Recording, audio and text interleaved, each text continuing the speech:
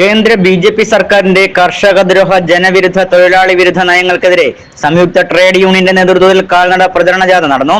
Ayur Jawahar school ജംഗ്ഷനിൽ നിന്നും ആരംഭിച്ച ജാഥ CPI മണ്ഡലം കൗൺസിൽ അംഗം CS ജയപ്രസാദ് ഉദ്ഘാടനം ചെയ്തു.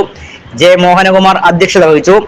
ആയൂർ KSRTC സ്റ്റാൻഡിന് സമീപം നടന്ന സമാപന സമ്മേളനം കർഷക സംഘം area secretary advocate V Ravindranath ഉദ്ഘാടനം ചെയ്തു. ജ്യോതി വിശ്വനാഥ് അധ്യക്ഷത വഹിച്ചു. യോഗത്തിൽ S Rajendran Pillai, M Sajad, GSR Shaju, Ajayakumar, Alexander Koshy, G Anesh, B Murali, Santhosh തുടങ്ങിയവർ നേതൃത്വം നൽകി. അനുദിനം ദുർഘടമാകുന്ന സാഹചര്യത്തിലൂടെയാണ് ഈ രാജ്യം ഇന്ന് കടന്നു പോകുന്നത്.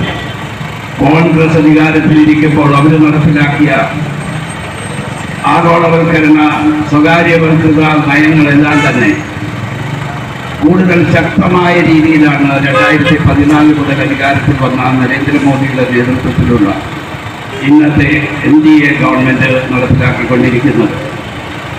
കാലങ്ങൾക്ക് മുമ്പ് സമരത്തിലൂടെയും ജീവത്യാഗത്തിലൂടെയും തൊഴിലാളി സഖാക്കൾ നേടിയെടുത്ത അവരിന്ന് അനുഭവിച്ചുകൊണ്ടിരിക്കുന്ന പല അവകാശങ്ങളും ആനുകൂല്യങ്ങളുമെല്ലാം വെട്ടിച്ചുരുക്കുന്ന രീതിയിലേക്കാണ് കോർപ്പറേറ്റുകളെ സഹായിക്കുവാനായിട്ടുള്ള നയങ്ങളുമായിട്ടാണ് ഇന്നത്തെ ഗവൺമെന്റ് മുന്നോട്ട് പോയിക്കൊണ്ടിരിക്കുന്നത്. പ്രചരണജാഥ ഈ വാഹനത്തിന് തൊട്ടുപിന്നാലെ സഞ്ചരിച്ചുകൊണ്ടിരിക്കുകയാണ്. കേന്ദ്ര ഗവൺമെന്റിന്റെ ജനദ്രോഹ തൊഴിലാളി വിരുദ്ധ നയങ്ങളിൽ പ്രതിഷേധിച്ചുകൊണ്ട് ജൂലൈ മാസം 9-ാം തീയതി രാജ്യവ്യാപകമായി സംയുക്ത സമര സമിതികളുടെ നേതൃത്വത്തിൽ നടക്കുന്ന പൊതുപരിപാടികൾക്ക് വിജയിപ്പിക്കണമെന്ന് ഇന്നാട്ടിലെ മുഴുവൻ തൊഴിലാളി സുഹൃത്തുക്കളോടും വ്യാപാരി വ്യവസായ സുഹൃത്തുക്കളോടും ഞങ്ങൾ വിനയപുരത്തിൽ അഭ്യർത്ഥിക്കുകയാണ്.